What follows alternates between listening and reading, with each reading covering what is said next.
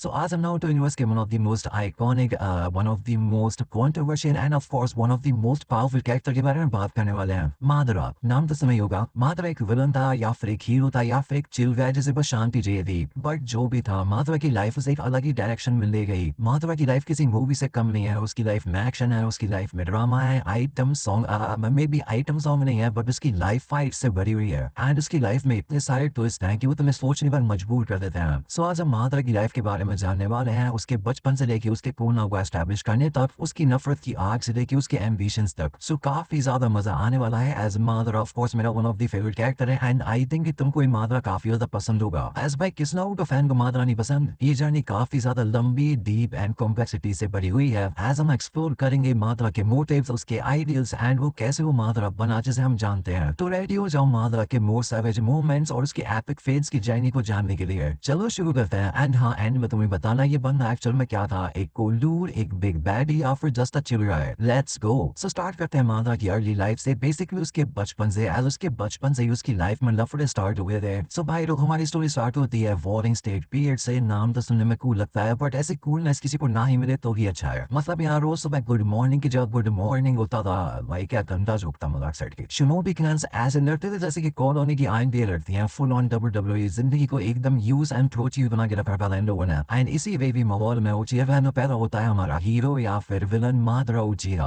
माधुरा बचपन से ही बहुत ही ज्यादा क्रेजी था भाई। वो बचपन से बहुत ही ज्यादा पावरफुल था एंड बहुत ही ज्यादा एम्बिशियस था। उसका एक छोटा भाई भी था इजुना एंड दो भाई दोनों ही था भाई। इजुना बस थोड़ा सा लड़के से ज्यादा लड़की टाइप का लगता था। एंड नारुतो कम्युनिटी में बहुत टाइम से एक फैन थ्योरी भी एग्जिस्ट करती है जिसके हिसाब से इजुना सच में एक लड़की था बट उसे अपने क्लैन के लिए फाइट करना था, इसलिए उसने सबसे अपनी आइडेंटिटी को छुपा रखा था। एंड अगर ये थ्योरी सच है तो इससे एक्सप्लेन हो जाता है कि तो भी राम इतना ज्यादा हाथों के इजुना के पीछे क्यों पड़ा हुआ था। बट एनीवेज टॉपिक से ज्यादा नहीं भटकते हैं। माधुरा एंड इजुना साथ में ट्रेनिंग करते थे एंड साथ में ही फाइट्स पर जाया करते थे। एंड उचिया क्लैन वालों को भी समझ में आ गया था कि ये दोनों नॉर्मल उचियास तो नहीं है। इजुना माधुरा के लिए उसका ब्रो बिफोर एनी हो कागे था। आई नो बहुत ज्यादा बेकार जोक था बट मेरे को सही लगा, मैंने मार दिया यार। सो दोनों माधुरा एंड इजुना ने मिलकर मानियो शारिंगान को अनलॉक किया था। बेसिकली आपको का सॉफ्टवेयर अपडेट करा दिया था जिससे और ज्यादा खतरनाक फीचर्स मिल गए थे। इसी फाइटिंग शाइटिंग के बीच में माधुरा की सेटिंग होती है एक ऐसे बंदे से जो आगे जाके उसका बेस्टी बनने वाला था। Senju Hashirama. Hashirama Senju band के लीडर का बेटा था जो कि उचियास के कट्टर दुश्मन थे।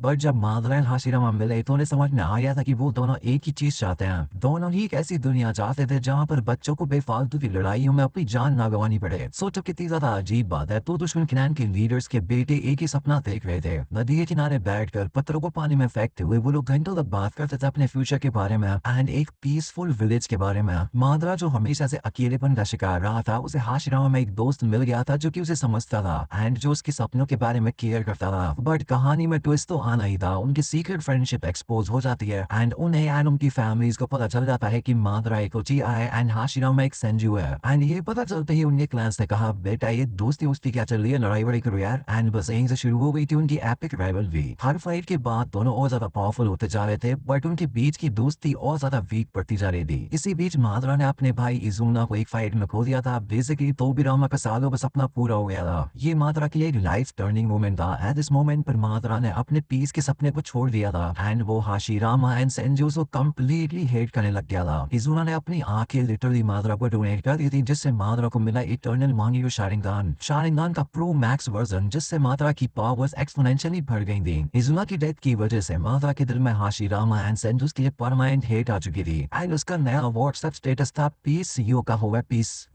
फाइनली मैं ट्रिपल मारूंगा। एडी बास की ₹4,000 की।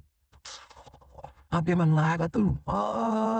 सो यहाँ हम देखते हैं माधुरा के कैरेक्टर का पहला टर्निंग पॉइंट। एक ऐसा लड़का जो कि पीस एंड शांति चाहता था, अब वो धीरे धीरे करके पावर एंड रिवेंज की तरफ बढ़ता जा रहा था। उसके सपने अभी भी जिंदा थे पर उन्हें पाने का तरीका बदलने लगा था। हाशिरामा के साथ उसकी राइवलरी अब सिर्फ क्लैन की राइवलरी नहीं रही थी, एक आइडियोलॉजिकल बैटल बन चुकी थी। कौन सा रास्ता सही था शांति पाने के लिए, कोऑपरेशन या कंट्रोल? ये सवाल माधुरा की पूरी जिंदगी में उसका पीछा बनने वाला था। एंड फिर स्टार्ट होता है माधुरा की लाइफ का act 2, the establishment of Konoha. सालों के खून खराबे एंड ना जाने कितने निंजास के मरने के बाद फाइनली उचिहा एंड सेंजू ने फैसला कर लिया था अपनी वॉर को खत्म करने का। ये इनिशिएटिव हाशिरामा सेंजू का था जिसका सपना हमेशा से एक पीसफुल विलेज बनाना था एंड मादरा अपने क्लैन के प्रेशर एंड कहीं ना कहीं अपने पुराने दोस्त की बात मानकर इस अलायंस के लिए तैयार हो जाता है एंड इस तरह जन्म हुआ कोनोहा का the village hidden in the leaves, एक ऐसा गांव जहां पर अलग अलग क्लैन साथ में आकर रहेंगे, एक symbol of peace and unity. शुरू में तो सब कुछ ऑल इज वेल चल रहा था, हाशिरामा बनता है फर्स्ट का एक गांव का सरपंच बेसिकली एंड मादरा भी इस टाइम पर काफी ज्यादा चिल था। ऐसा लग रहा था कि उनके बचपन का सपना अब सच हो गया है, दोनों राइवल्स अब कलीग्स बन गए थे। ऑल्सो उस टाइम पर कोनोहा पूरे शिनोबी वर्ल्ड के लिए एक ट्रेंडिंग टॉपिक बन गया था एंड बाकी क्लैंस भी फोमो के चक्कर में कोनोहा को ज्वाइन करने लग रहे थे। लेकिन क्या ये शांति टिकने वाली थी? क्या मादरा उचिहा जिसके दिल में इतनी ज्यादा नफरत एंड एम्बिशंस भरे हुए थे वो बदल गया था? शायद नहीं। हाशिरामा का vision cooperation and mutual trust का था, वो चाहता था कि सारे के सारे क्लैंस बराबर हो। लेकिन मादरा के आइडियल्स अलग थे, उसे लगता था कि असली शांति तभी आ सकती है जब पावर एक स्ट्रॉन्ग लीडर के हाथ में हो एंड वो लीडर उचिहा क्लैन से होना चाहिए। उसे सेंजू क्लैन पर, खास करके हाशिरामा के भाई तोबिरामा पर बिल्कुल भी भरोसा नहीं था। तोबिरामा हमेशा से उचिहा क्लैन को शक की नजर से देखता था एंड ये बात मादरा को पता थी एंड उसे ये बात बिल्कुल भी पसंद नहीं थी। एंड इसी पॉइंट ऑफ टाइम पर मादरा को उचिहा टैबलेट भी मिला था जिस पर उचिहा के super powers and future plans लिखे हुए थे जो सिर्फ शारिंगन से ही पढ़े जा सकते थे। मादरा ने इस यूजर मैनुअल को पढ़ा एंड उसका दिमाग घूम गया। उसे लगने लगा कि कोनोहा का पूरा सिस्टम उचिहा को दबाने का एक प्लान है। ऑल्सो मादरा को लग रहा था कि हाशिरामा उसे कंट्रोल करने की कोशिश कर रहा है। मादरा ने अपने उचिहा क्लैन के लोगों को समझाने की कोशिश करी एंड उन्हें अपने साथ मिलाकर कोनोहा के सिस्टम को चैलेंज करने की कोशिश करी, लेकिन उसके अपने ही लोगों ने उसका साथ नहीं दिया एज वो लोग वॉर से थक चुके थे एंड कोनोहा की शांति पर विश्वास करने लगे थे। मादरा अपने इन लोगों के बीच में अकेला पड़ गया जो कि उसके लिए बहुत बड़ा झटका था। उचिहा क्लैन के लिए उसने सब कुछ किया एंड आज वो ही उचिहा क्लैन उसके खिलाफ था। इसी आइसोलेशन एंड अपने ही क्लैन के लोगों से धोखा मिलने की वजह से मादरा और भी ज्यादा हार्टलेस एंड गुस्सैल बन गया था। उसे लग रहा था कि उसके सपने को, उसकी लेगेसी को सिस्टमैटिकली डिस्ट्रॉय किया जा रहा है। मादरा का पेशेंस जवाब दे चुका था, उसने फैसला कर लिया था कि वो कोनोहा को छोड़ देगा, लेकिन जाने से पहले वो हाशिरामा को चैलेंज करेगा एक आखिरी बार ये डिसाइड करने के लिए किसका रास्ता सही है। ये कोनोहा की शुरुआत के वो दिन थे जहाँ पर उम्मीद एंड शक साथ साथ में चल रहे थे। एक तरफ हाशिरामा का ऑप्टिमिज्म था तो दूसरी तरफ मादरा हर किसी पर शक करने लग रहा था। एक तरफ यूनिटी की बात थी तो दूसरी तरफ पावर की भूख थी।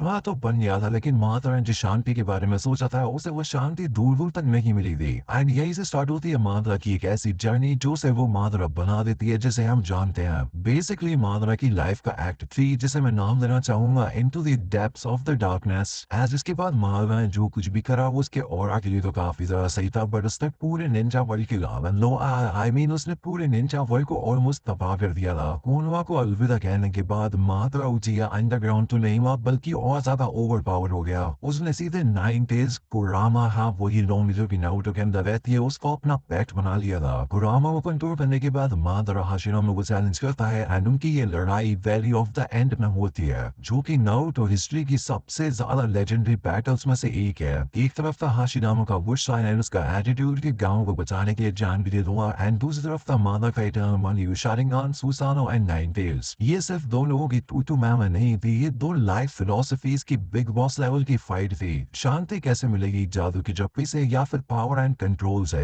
Result spoiler alert, not ready, उसे सबको ये पता ही है, हाशिरामा जीत गया एंड मादरा का गेम ओवर हो गया। एक्चुअल में ये एंड नहीं था बल्कि बिगिनिंग थी। एज पिक्चर तो भी बाकी है मेरे दोस्त। मादरा मरा नहीं था, उसने अपनी डेथ को फेक करा था। बैटल से पहले ही उसने इज़नाई को प्रिपेयर कर रखा था एक फॉरबिडन उचिहा jutsu जो कि रियलिटी को रीराइट कर सकता है। इस jutsu की वजह से वो डेथ को धोखा देकर जिंदा बच जाता है एंड उसने हाशिरामा के डीएनए का एक सैंपल भी हासिल कर दिया था। तुम पूछोगे क्यों? वेल क्योंकि उचिहा स्टोन टैबलेट पर लिखा था कि सेंजू एंड उचिहा की पावर्स मिलके ही असली शांति को ला सकती है। मादरा ने हाशिरामा के सेल्स को अपने अंदर इम्प्लांट किया और सालों तक इंतजार करने के बाद अपनी जिंदगी की आखिरी सालों में उसने रेनिगान को अवेक किया। अब मादरा के पास गॉड मोड वाली पावर थी but body low battery mode में थी एंड उसे एक मास्टर प्लान चाहिए था जो कि उसके ऑफलाइन होने के बाद भी चलता रहे। एंड तब इसके दिमाग की बत्ती जलती है एंड इसके दिमाग में आता है आई ऑफ द मून प्लान, एक ऐसी दुनिया जहाँ पर किसी को भी मंडे को ऑफिस नहीं जाना पड़ेगा, कोई भी एग्जाम का स्ट्रेस नहीं होगा, सारे लोग एक नेवर एंडिंग ड्रीम में पहुंच जाएंगे इन्फिनिट सुकियोमी की मदद से। एंड ऐसे करके सारे लोगों का कंट्रोल मादरा के हाथों में आ जाएगा जो कि उसे स्टार्टिंग से चाहिए था। अपने ग्रैंड प्लान को अंजाम देने के लिए मादरा को एक सक्सेसर चाहिए था, एक पॉन जो कि उसके लिए सारे काम करे। अब पॉन बोला है चेस वाला गंदे दिमाग वाले लोगों। एनीवेज उसे वो पॉन मिला एज ओबितो उचिहा। ओबितो एक यंग उचिहा था जिसे थर्ड ग्रेड निंजा वॉर में डेड मान लिया गया था। मादरा ने ओबितो को बचा आया, उसे ट्रेन करा एंड उसे मैनिपुलेट करा। उसने ओबितो को दुनिया की हेटेड एंड क्रुएलिटी को दिखाया, उसके आइडियाज को करप्ट किया एंड उसे विश्वास दिलाया कि आईओ द मून प्लान ही इंसानियत को बचाने का अकेला सॉल्यूशन है। मादरा ने ओबितो को अपना नाम दिया एंड उसे आकाश की वो लीड करने का टास्क असाइन किया ताकि वो टेल बीस को कैप्चर कर सके, जो कि प्लान के लिए बहुत ज्यादा जरूरी थे। सालों तक मादरा जमीन के नीचे गेटो सेटू से कनेक्टेड अपने प्लान पर वर्क फ्रॉम होम करता रहता है। मादरा पूरी दुनिया की नजरों में इनविजिबल था, बट उसका इन्फ्लुएंस हर जगह पर फैलता जा रहा था। उसने ज़ेत्सु को क्रिएट करा, अपनी विल की मैनिफेस्टेशंस, जो कि उसके लिए इंफॉर्मेशन को गैदर करते एंड प्लान को आगे बढ़ाते। मादरा का विलन ट्रांसफॉर्मेशन अब 100% कंप्लीट हो चुका था।